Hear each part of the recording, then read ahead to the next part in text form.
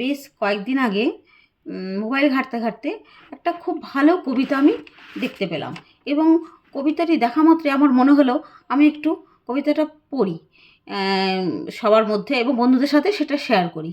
আমি যে খুব ভালো একটা আবৃত্তি পাঠ করি তা নয়, কিন্তু এই কবিতাটির লাইনগুলো লাইন বা কথাগুলো আমার মন ছুঁয়ে গেল। তাই আমি আমার মতো করেই পাঠ করে আপনাদের সঙ্গে সেটা আমি শেয়ার করছি।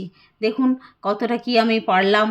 আর কবিতাটা আমার পাঠ করার থেকেও কবিতাটি আপনাদের কেমন লাগলো সেটা কমেন্টসে জানাবেন। ঠিক আছে? কবিতাটির নাম হলো সংসার। বোঝাই বলুন কাকে, মধ্যবিত্তের সংসারে টান একটু লেগেই থাকে। কত বিষয় আছে ভাবার, লবণ আনতে পান্তা সাবার, আবার মান অপমান বোধটা তারা ভীষণ মনে রাখে।